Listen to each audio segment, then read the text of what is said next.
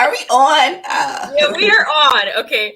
Great morning, everybody. Welcome back to Chai Together. I am your host and founder, Pratibha Day. You're tuning in to your cup of courage, hope, and imagination today.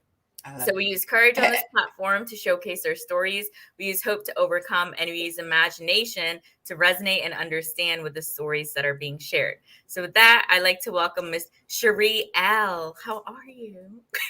Hello, beautiful people. Hello. Can you guys hear me okay? Yeah, you sound great. Okay. There is no lag in the internet or anything. So that's great. Perfect. Yeah. You feel good? So I'm here. I'm feeling great. Feeling good. Feeling fantastic. Wow. You can write a whole song Mm-hmm. because you Yeah, are a poet. fantastic. Terrific. Great. You crack me up. So I'm going to tell the people about you, may I? Yeah, sure. Okay, cool.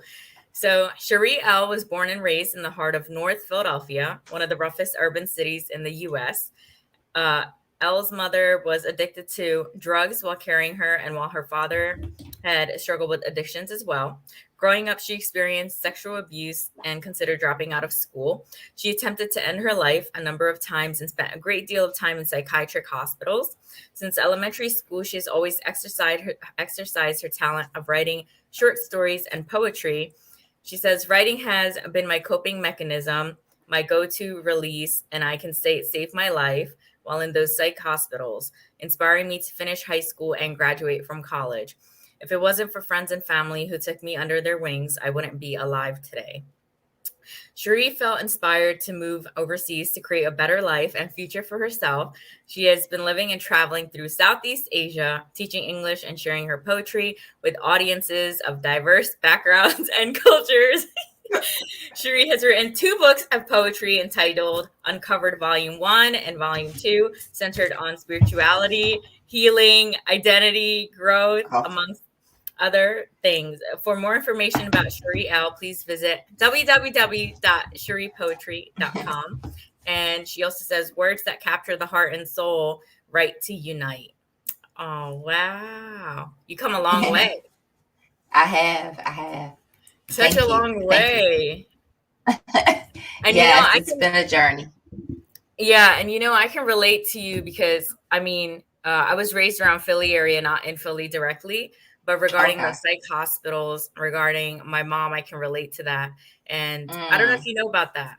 Do you?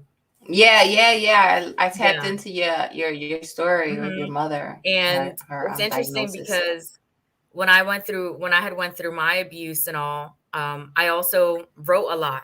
Like I always been a writer too, but I never publicly put myself out there, right? But I would write to survive. So I can definitely understand that writing helped me survive. Like people who go through extreme abuse and like, physical, mental, whatever, like that was my go-to as well. And like, but then I had stopped writing. I had stopped writing because everything was painful to read. Like I wouldn't go back and read it. And it became that makes sense. Yeah, I don't know if that happened with you, but it became painful to write. Like I was always writing my negative and toxic things about my abuse, like over and over again. And I was like, I have to stop this. So one day I stopped writing like negative things and started writing positive things. Did that happen with you? Yeah, well, to some extent, like I would say that I would write, and then I would just like write and like bury my feelings onto paper. And I wouldn't go back to it. I would dread the idea of going back to reading it was like such a dread. So I wouldn't even go back and revisit it by reading. It was just kind of like pouring, like kind of like emotionally puking on paper and not really going back to it, I like your raw style. Like first time I'm meeting you, but I like how you're just like vulgar and like just like pure. You know what I mean? Vulgar. Like you're just like she said I'm vulgar. Okay, you're cracking me up. Your laugh is making me laugh. Kind of reminds me of Michael's laugh. You guys have similar, Have you been told that? No. Oh, I'm telling you. Show us your books once again. Show us your books. Oh, okay. About your books. So this is Uncovered. Volume 1. Yeah. Yeah, I can see And it. then this is volume 2. I love the Uh-oh. white. How long did it Yeah, take for yeah. you to write them? Is it writing you Well, already had, or um, you intentionally so wrote the books?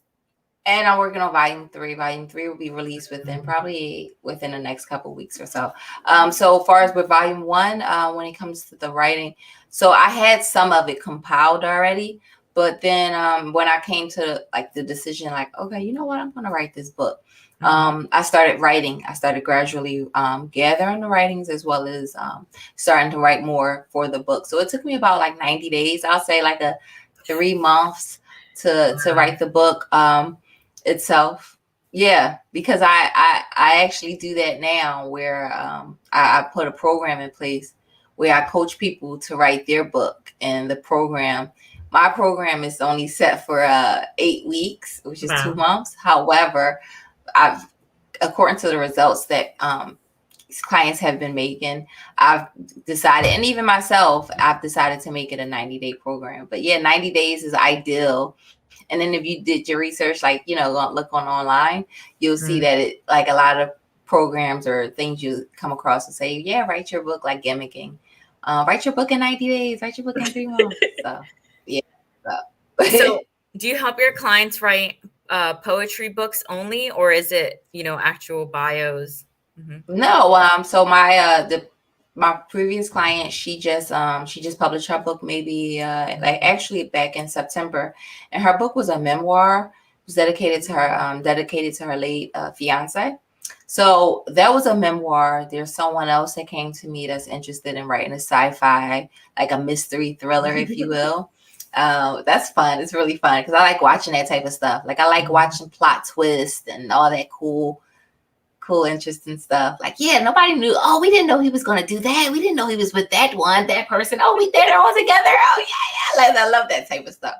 But yeah, so I help people. Yeah, all genres. I'm such a geek when it comes to writing. I'm meticulous. I love getting my hands gritty, and then the nitty gritty of editing and writing and proofreading and crossing T's and dotting I's and stuff like that. That's my forte. Mm. So, how many years has it been now? um Far as Writing. writing, Mhm. oh, so I've been writing since I was in high school. I remember so I was in like an advanced like a magnet program where it's like Mhm. if all students are in advanced placement classes, and they gave us, as a reward, they gave us laptops for like the school year. And so I Mhm. had a laptop that I would just like type up my poems on, and Yep. then I just fantasized about it in high school, like, yeah, what if I wrote a book of poems? That would be super cool. But I Mhm. just played around with the idea of it. But yeah, it wasn't until a few years ago I said, you know what? Why have I been sitting around on this idea of doing that? And I decided to do it. Take that idea. So how many years in between did it take for you to actually take action and like publish the books then? You know? Uh, yeah, great question. So I would say, dang, it's been some time because, like I said, the idea Mhm. came to me back in high school. Yep. So of course I'm an adult. So I would say at least 15 years or so, and then Mhm. yeah, and then I decided, you know what, I'm gonna. Why not? Why haven't I? Just questioning myself, like, Mhm. why haven't I decided to actually move forward and take action on it? So And question for you, do you feel like that was your time to do it? Or do you feel like yeah. Mhm. that's a yeah. Well, I would say because I remember what was happening around that time. I got into a really horrible car accident, and it was Mm. like really horrible, and I like my life flashed before my eyes. So I was like, so after that, I was doing like all this soul searching, like, oh my goodness, like reflecting, if you will.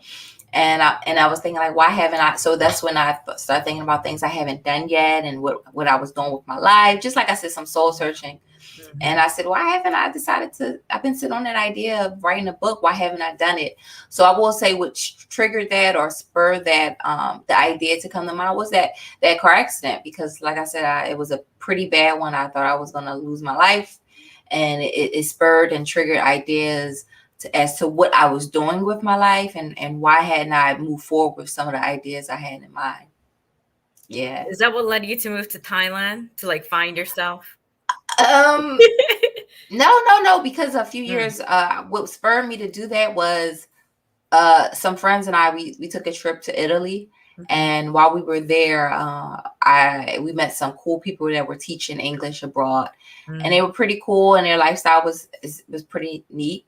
And I already was teaching English I was just teaching it as a volunteer program. It was a volunteer Oh, program back wow. in Philly, and I was doing it there and meeting these people and just kind of like talking to them and just like hearing their stories. And then when I went back home, it made me question, like, what am I still doing here? Like, why haven't I decided I'm doing this essentially the same thing they're doing? Why haven't I decided to move abroad myself? And so the idea crossed my mind. I was like, and I talked to one of my closest friends, and she was just like, why not? What's stopping you? And so from that time forward, it was just like, well, what's stopping me? Again, another, question was like, kind of like a rhetorical, what's stopping me? And I decided to, take action on it. Like, so I'm a planner. I'm very meticulous with planning things out. I'm such a planner. Like everyone knows, like people who know me close, they're like, yeah, you just like to plan things to a T. Just how I am. And I think I mapped out about 6 months, maybe 6 to 8 months roughly, of everything I would have to do in order to, like, save up, sell some things, downsize, et cetera, move out my place, get rid of my car, et cetera. And I did that. And I took a big leap of faith. And a lot of my family and my friends like mocked me and laughed about it. Like, yeah, right. You'll be back in a couple months. We'll be back in a month. You're not going to stay. That's like, this is ridiculous. And honestly speaking, I thought I was as well. I mean, here I am. I'm in my early 30s at the time. My life was already established back in Philadelphia. It wasn't like I was, trying to establish myself. I was already established, had a decent job, making decent money, a car. So I was pretty much, established and dug in. So for me to make the decision like that at that age, not like some spring chicken at 20, 21 or something, like my family was just like, you're jumping out the window with this. Like, this is not you. Like, this is ridiculous. You're getting rid of your stuff. Are you crazy? And I did that. And I told myself, no matter how tough it gets, I'm gonna stick it out, because, like, what am I returning home to? Like I said, I literally got rid of everything methodically. Yeah. I love it. I love hearing you speak. You're better than me because I left for Thailand in 25 days. Like, I got rid of Wow. everything. I donated everything to Goodwill. That's So scary. yeah, but it's not where I had a place of my own. I did have a car as well that returned. It was leased. Okay. But yeah, I did it faster. Like, I was ready to Oh go. wow. Like, Yeah, I I was so yeah. methodical. Like, I sold my car. Yeah, I got rid of, like, my lease was coming. I knew when my lease was coming to an end, so I got rid of everything. I moved in. I moved back in, and yeah, I just downsized, and I did everything. Yes, I did everything methodically, because I said it has to work. Like, I'm doing everything strategically and in a certain step-by-step process. Like, this has to work. It has to. And I'm glad I made that decision. It was the best decision I could have ever made. Best decision I could have, like, best thing that could ever happen to me, honestly. I moved, and I met my soulmate. I love it here. I basically built a life here. So it's a dream. It's a dream. So are you happier in Thailand? Yeah, for sure. Even my best friends, my best friend came to visit me, and she visited me for about like 10 days or so. And she said, as she was leaving, she was like, I wanted you to come home so bad.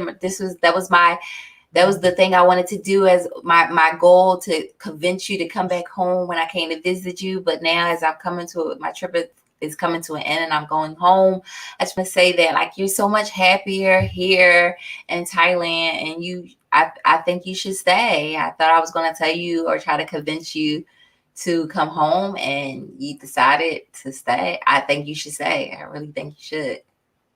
Wow. I really like Yeah. that. And I like that you can keep your long distance friendships. Yeah. This is like friends since high school. We've been friends since high school. So yeah, these are like, lifelong friends. So let's dig into now your Yeah. history. Okay. Yeah, for So sure. Yeah, we kind of Where would fast you like to forward and rewind. Where would you like to start? Do you want to start by your home life growing up? Yeah. So uh growing up, my mom, as you mentioned in my bio, my mom was addicted to drugs. And so honestly, like a lot of people say that like I'm the miracle baby because many people, as my mom was using drugs as she was carrying me, she was using crack cocaine. She was using very frequently. So everybody thought, oh, your child is going to come up with birth defects, and I didn't have any birth defects per se. Maybe a few developmental delays here or there, but for the most part, everything was pretty much functioning correctly. But home life was rough because my mom was still addicted to drugs, and honestly, my mom didn't get clean until maybe a few years ago. Honestly, I seen my mom all throughout my entire life on drugs. And so she did drugs, and so my dad was on and off. He had his relapses here and there, but my aunt, which is my mother's sister, she raised me. She made sure I was good. She took care of me, took me in as her own. And my mom struggled throughout like her life, using drugs. My dad was in and out of my life, because according to his drug abuse or drug use. And so that was that. But around like maybe I think around 8 or 9 years old, I had experienced sexual abuse from like a close family friend. Yeah, like someone that was like close to our family. And so it happened for a while on and off. Yeah, it happened quite frequently on and off. And at first I would say that I was a very shy child. Like a lot of people would say, yeah, you were that type of child that we would come up and play with you and try to be friendly and warm up to you. You know, those little kids that you'd be like, hey, how are you? And you talk all cute with them. And the kids just be sitting there like, I'm not here for it. And so I was that child. And so what people were saying was after like the abuse started to take place and stuff, because I was so withdrawn, I was more active or more in touch with my sexuality at a younger age. So I was a very, very much more, I guess, open to like myself sexually. As my body started to develop, I wanted to show it more.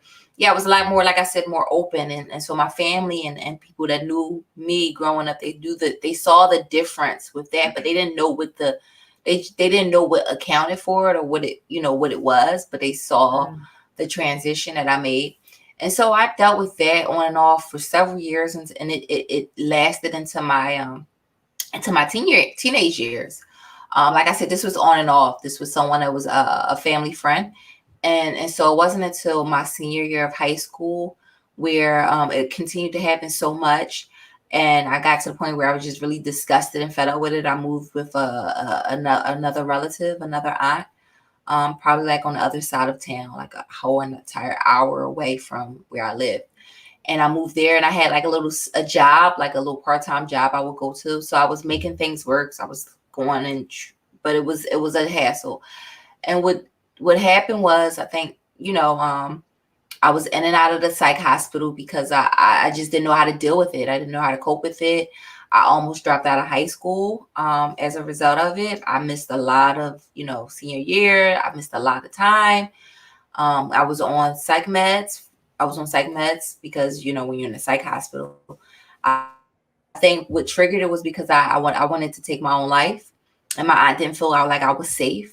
And so as a result of that, they admitted me into the hospital. I was there for several weeks at a time, missing assignments. And like I said, I almost didn't graduate, but I was in advanced classes. My teachers are very supportive, had a very great support system from high school. And luckily I graduated, but that summer of my senior year was a very tough summer. I remember it was in and out of psych hospitals that entire summer, in and out, in and out, in and out, because I was on psych meds that I wasn't necessarily regulated. My body wasn't regulated too. So my mind wasn't necessarily I wasn't in my right state of mind. And so I was just having these mental lapses, if you will. I guess that's the way I can explain it, or episodes. And so my family didn't feel like I was stable or safe, so they didn't know how to deal with me. And so I was in and out of psych hospitals, and that affected me. That affected my family because they didn't know how to interact with me. They didn't know if I was safe. They didn't know how. And so that happened. Fast forward my 20s, I dealt with drug abuse, prescription drug pills. I was addicted to them, abusing those, marijuana, things I can get, any type of pills that I could get my hands on. I wasn't messing with anything hard like heroin or crack cocaine or anything like that. But the other stuff, yeah, I was messing with the pills like really heavy. It was affecting me and my livelihood. My family was concerned about my well-being. I just wasn't safe. And then I got to a point where, yeah, like I was still struggling with the pill use. I was struggling with suicidal thoughts and attempts. I tried to in my life maybe like 3 or 4 times, various, different types of methods, if you will, from like pill use, cutting, things like that. And so that landed me back into the hospital. So I have like a history of psych history. Uh, yeah, so I have that I've dealt with, and it wasn't until maybe into my late 20s where I finally started to regulate my emotions or my mental health, where I started to understand my triggers, understand because it took a long time. Obviously, I've been in the psych hospital over 2 dozen times. Like, just I have that ample history. It got to the point where they knew my name, they knew the chart, they knew my chart, they knew who I was. And because I've had that, I was in and out. And so it was because I didn't know how to deal with my triggers. I didn't know how to deal with my mental health lapses, if you will, or episodes. And I think, my mom was diagnosed with bipolar and schizophrenia as well. And I don't know if it was the drug use that triggered it or brought it on, or if that's that. But they try to give me a diagnosis as well. And but I never really I never continually used any prescription pills to treat any type of condition that that I was considered to have. And yeah, so it wasn't until, like I said, my late 20s that I will say that my emotions, I've learned to regulate or manage my mental health. Because before then I was turning to drugs, prescription pills, and just and honestly, my coping mechanism, unfortunately, as unhealthy as it is, was like if I hit rock bottom, I wanted to commit suicide. And so that's why there on my record, I have that history. But like I said, I've learned, and moving to Thailand and Southeast Asia in general has been such a game changer because I've learned so many life hacks out here. Can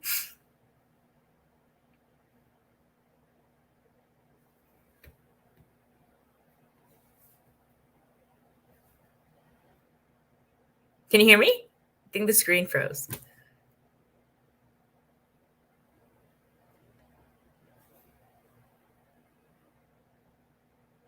Andrea, if you're still with us, will you let me know if it's her screen that froze? I'm pretty sure.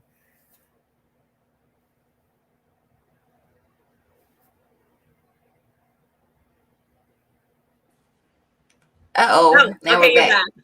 Perfect. Yeah, I was down for a while. The life hacks. Yeah, I've been learning. Oh, I'm sorry. But yeah, I've learned so many life hacks between like trauma release exercises and crystal healing and meditation in itself. I was just telling my boyfriend the other day, he was asking, when was the first time you ever meditated? And I was like, honestly, my first time meditating was with you, because I never even understood. Like I grew up, I come from a background, a church background. Mm-hmm. And so, of course, the only thing we understood or knew about was praise and worship and then prayer.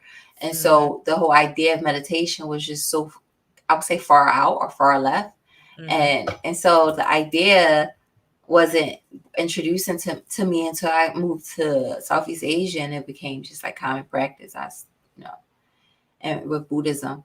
Mm-hmm. So Wait, yeah, I do want to share with the viewers that my coach, Michael Baptiste, is Sherrie Elle's man.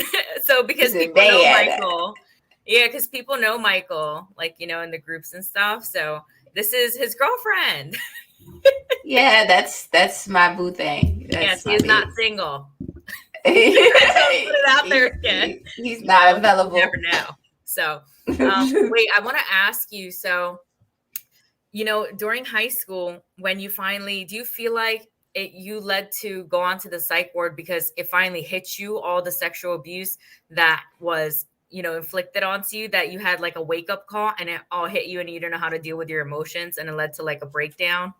I would say definitely it was a mismanagement of emotions because after all this time I think I like my mind started to normalize it, and Mm-hmm. then it got to the point where I started to feel so ashamed of it, Mm-hmm. and I didn't have anyone to turn to, and I couldn't turn to my family, and unfortunately it didn't come out until I was admitted into the psych hospital, of course, after making threats of wanting to hurt myself. Mm-hmm. And it wasn't until, of course, you're talking to the psych doctors and the psychologists and stuff, and they're asking you questions, and they got to the root of it. And they asked, well, what triggered, what made you want this? And I ended up telling them. And of course, it got back to family. So it wasn't until maybe the social workers or the psychologists reached back out to my family back home until they knew what was going on with me, because they had no idea, unfortunately. So Whatever happened to the gentleman, who was involved? so unfortunately, so within the last few years or so, he did commit suicide. He actually took his own life, unfortunately, the That's last few very years ago. interesting. But How do you feel about that? Because I feel like it could be perceived different ways, as in karma, or it could be perceived as, you know what I mean? Like, what are your thoughts on that? Oh, you froze again. Oh,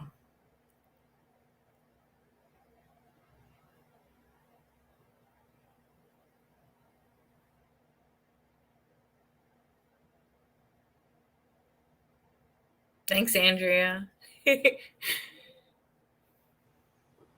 we're back. Yeah, we're back. Oh, did you hear Perfect. me? Yeah.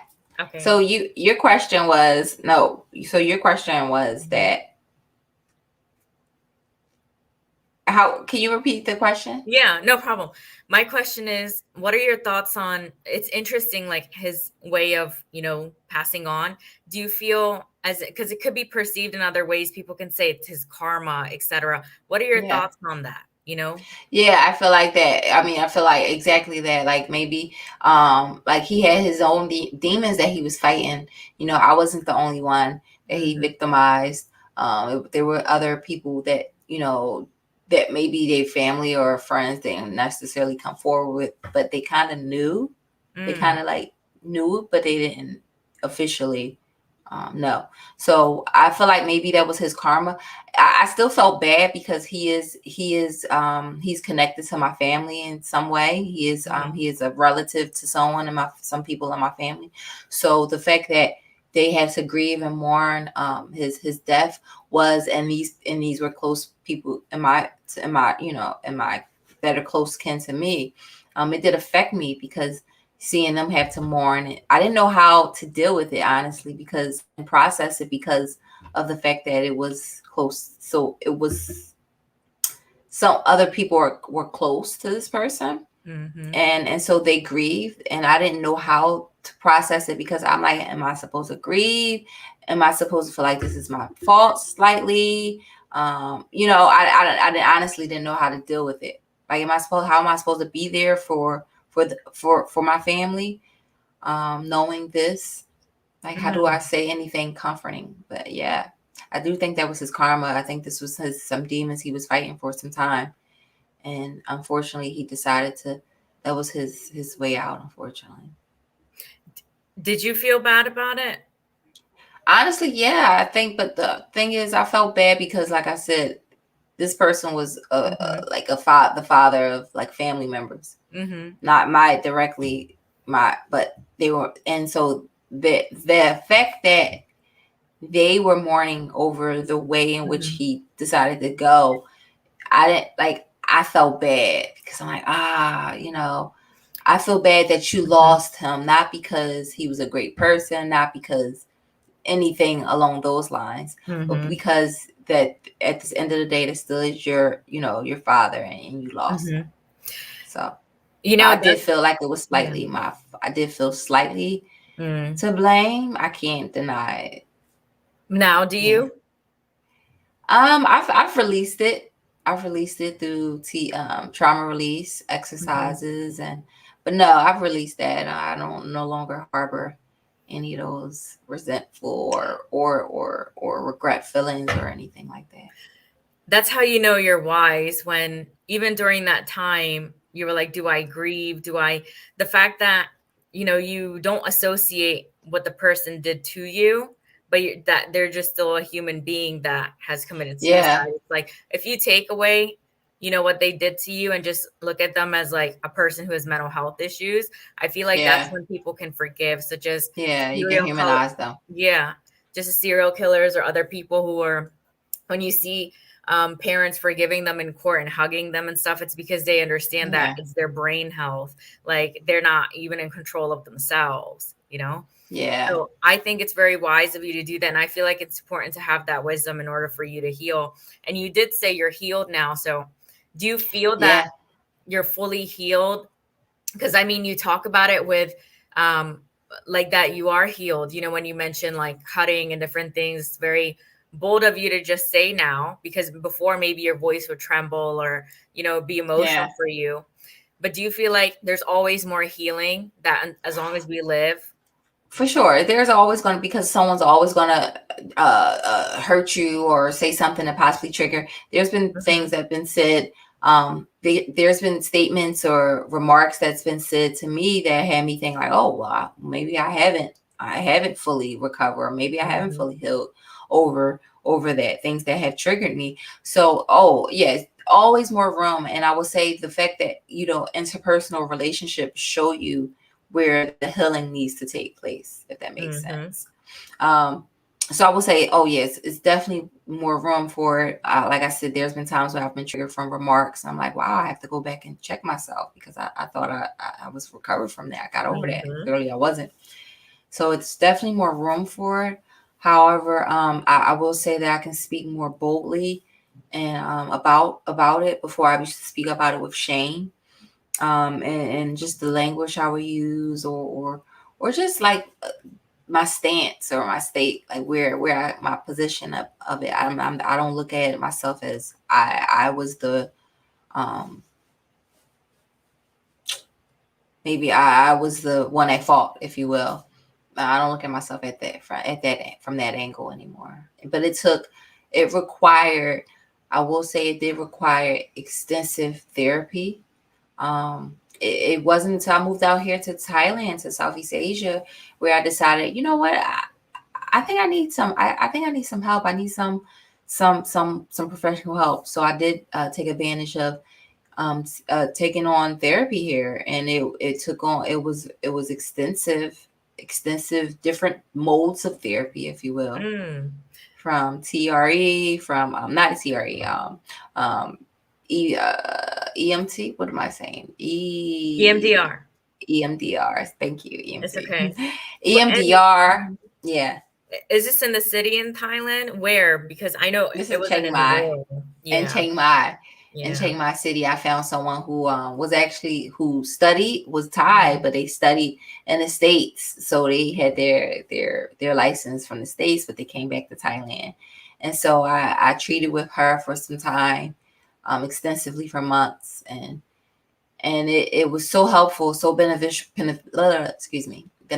for my interpersonal relationships as well. Mhm. But I will say I went through a dark time of the soul during that time of therapy. I lost a ton of weight. I think I lost maybe like 30 or 40 pounds during that time. I was very small. My Wow. family was concerned about me. I was out here, all the way out here. My family like, we don't know how to get to you. But I lost a lot of weight. I wasn't eating right. I just wasn't in a healthy state of mind. And I think it was because I was revisiting all this and hashing up all of this all of this junk, or this stuff that was buried deep in me. And so, yeah, I went through a very dark time, and I'm so thankful for my boyfriend, because Michael, he was there during that time. He was very patient, and it wasn't an Mhm. easy time. It was a very dark time for both of us. So I'm thankful for him. Thankful he was Wow. here for that.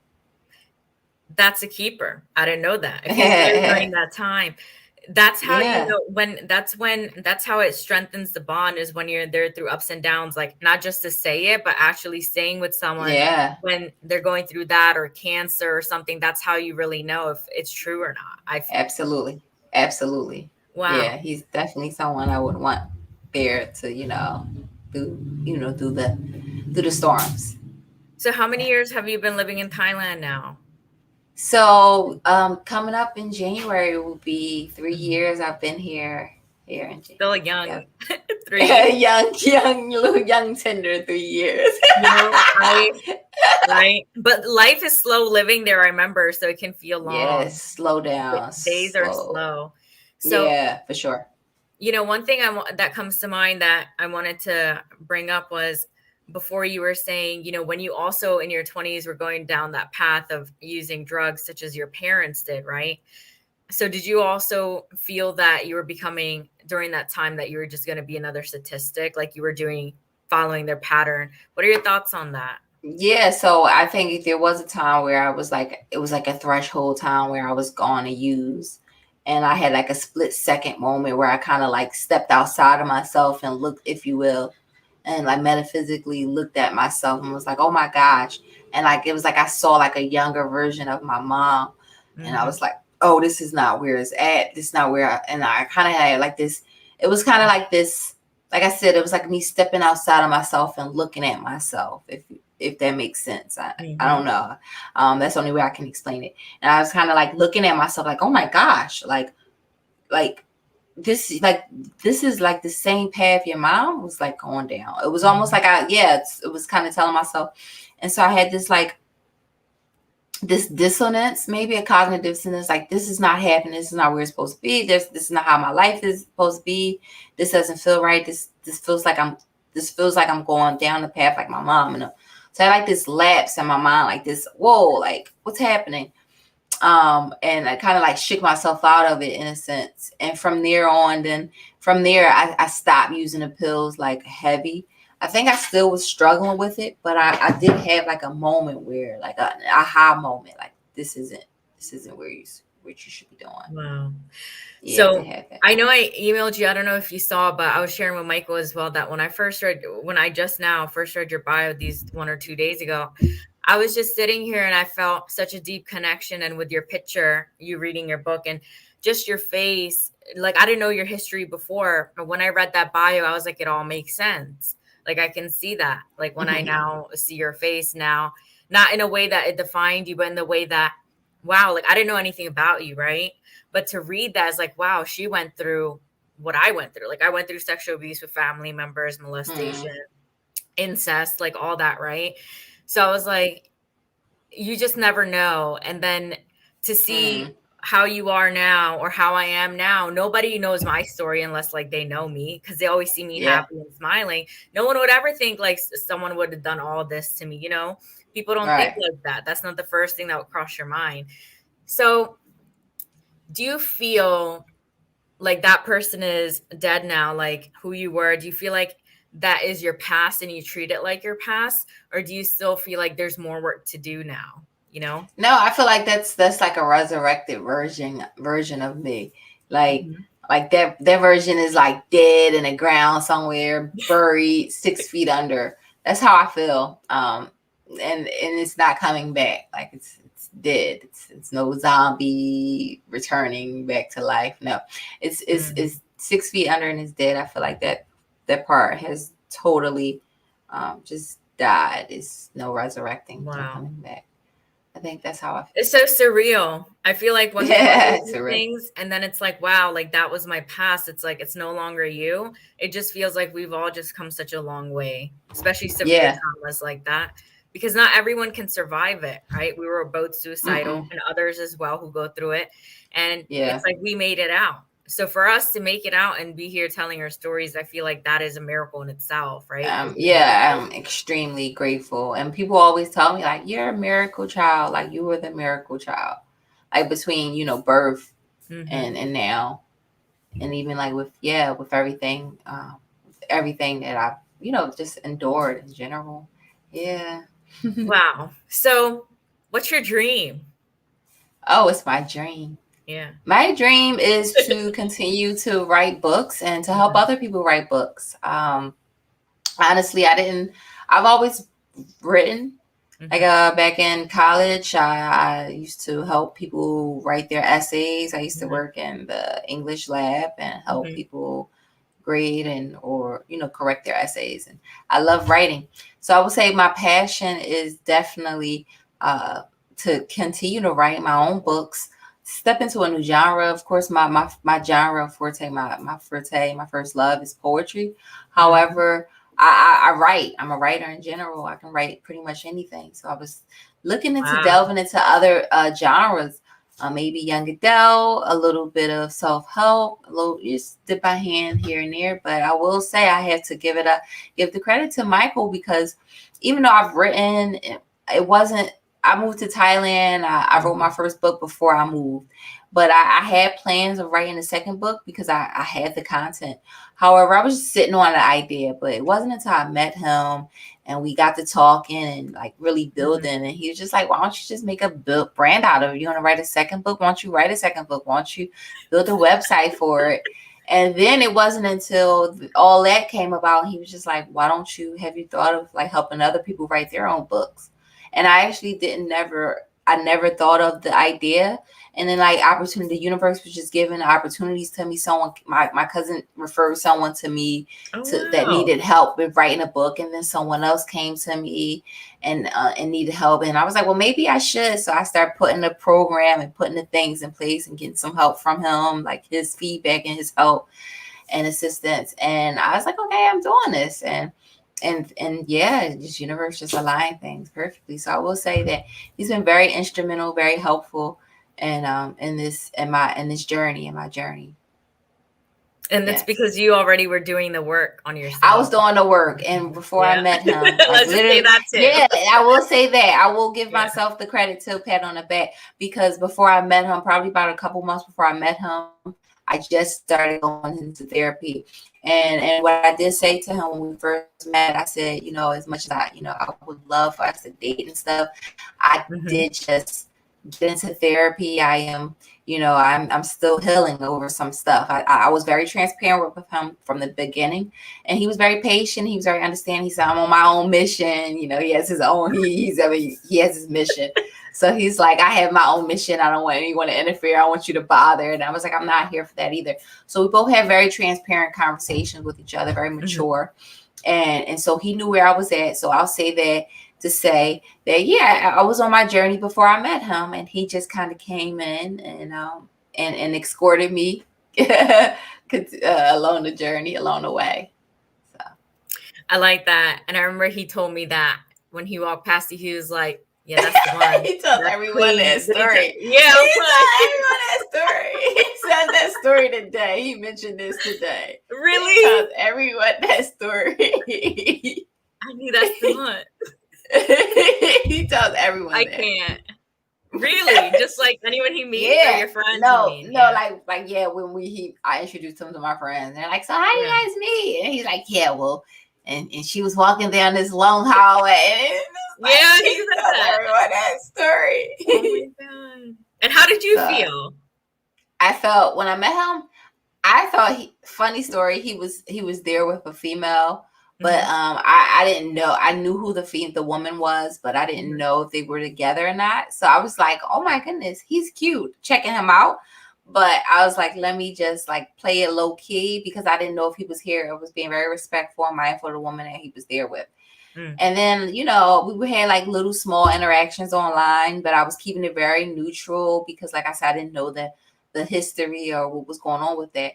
But once we, you know, continued to talk a little more and I found out it wasn't anything like that, I was like, okay, well, maybe we could play a little bit. You're so funny. So I don't know if this is him. It's not telling me, but it says someone said the ancestors whispered in his ear. And I know he talks about ancestors. So I don't know who this is. I don't know where he's at, but someone said that. Yeah, they said what? I saw that come across the screen. The ancestors whispered in his ear, "This is her." yeah, that was him. He's probably watching. What the hell? Oh, it's Mia. Oh, okay. Mia Lynette, or is that your friend Mia or my friend Mia? Maybe Mia. It's Mia. Mia. You know Mia? I don't know. We'll find out. Okay. Okay. So that's what you're working on. So I know people. Yeah, I'm working on that. At Sherrie, Mia Lynette, my Mia. So my Mia. So SherriePoetry.com. Is there anything else you'd like to share? Yeah. So of course, so I have a whole brand. Thank you for mentioning it. Yeah. Okay. Yeah. So I have Uncover Volume 2, an audiobook, but no, more importantly, I have like a whole bunch of tons of stuff like to offer at SherriePoetry.com. I have Volume 1, which is like the archive. Volume 2, Volume 3 is on its way out by the end of the month, I'll say. I also have like e-commerce shop where I have like t-shirts. Here's my little t-shirt with the Afro woman. But no, I have like coffee. You want to stand up? No, I'm not doing all that. Okay. No, so I have t-shirts, but you go SherriePoetry.com. If you visit there, you can see coffee mugs, t-shirts, hoodies. Plenty of people have bought shirts. They love the material. I've gotten a lot of great reviews. People said that it's very comfy. It fits right well. So it's great with that. Also, I do proofreading and editing services. So if you have like papers or if you have a book that you're writing, or if you need help with like writing, I coach people through the writing process of writing and successfully publishing their own books. So I have all that going on. I have a podcast. So yeah, I just visit SherriePoetry.com. There's a slew of things. There's probably something there for everyone. And my story is there as well. So yeah, that's everything. That's what I have to offer. Damn amazing. I think it's so interesting how the universe works, because you went from not being stable, not having all this go on, to now you overcome, and now you are really living it out. What's your passion, what you're good at. I have one last question for you. Do you feel that if you didn't go through those hardships that you wouldn't be the writer you are today? Absolutely not. I wouldn't have appreciated. I probably would have still had the skill set or the craft to write, but I probably wouldn't write with the same soulfulness or conviction, if you will. I probably wouldn't write the same. I would say it wouldn't be the same depth. I agree with that. Yeah. Also, I do want to say that I will be getting your audiobook today. Yay. I don't know, version 1 or 2. Is it both on there? I don't know. Well, it's volume 2, but there's like some bonus tracks from like volume 1. However, volume 3 is on the way out too. So you want to be on the lookout for that as well. Volume 3, you're going to want volume 3 because it's going to be audio and visual. So it's going to be like a video, audio, all that good jazz. Yeah. And I was mentioning to Michael, you should put your birthday clips in there. Did he tell you? Yeah, I was saying put your birthday clips in there, like how you had on the Instagram. It looked really nice on the beach, like, with music in the back. It would look nice. But now you could put all 3 of your books together. Oh, he's on here. You put all 3 of your books together in like a bundle. Yeah, like a bundle package. Check you out. Hey, I learned from the best. I know, right? So you can bundle it all together like a bundle package. Yeah, because Don Miguel Ruiz, the author, his books. Yeah. I have them all in here. See the top? That's him and his sons. Yeah, okay. So it's like to have you know, in the case, it comes with like a case, and then you put all the 3 or 4 books in there. That's such a great idea. Yeah, Yeah. especially moving forward with the new genre I'll be tapping into. Yeah, but it was so such nice talking lovely. to you. It was lovely. So nice. I'm so grateful that you consider put me on your show. Like, you know, I'm just a little old me, and then you decided to put me on your show. My goodness. Oh, stop. Don't talk about yourself that way. Oh, me. Because I remember the first time when I asked, I think you were working on your book and stuff, right? Like, and then I wasn't going to do any more recordings. And then I'm like, okay, well, I have time, so I'm doing them. So I'm glad I'm doing them, you know? Yeah. I didn't know too, because I remember I like you had it said that I think I saw something where you said that, I'm not doing any recordings. So I didn't go and schedule because I was like, it doesn't. Remember, I think I asked you, like, you're not doing anymore? Yeah. Because I needed a break. Yeah. This is my first time using StreamYard. This is a pretty neat platform. You like it? Yeah, this is a neat platform. I might have to snag this up. Hi, Angelique. Thanks for tuning in. Mia, Andrea, Michael, and anyone else, thanks so much. And it was so awesome. So do check her out and check out those books. Even if you don't like poetry, you know someone who likes poetry, share her profile, connect, and absolutely. So thank you so much. Thank you for having me. Thank you. I love you. Thank you so much. Thank you. And yes, don't forget to tap in at SherriePoetry.com. Yeah. You and Michael are the same. You guys are the same personalities.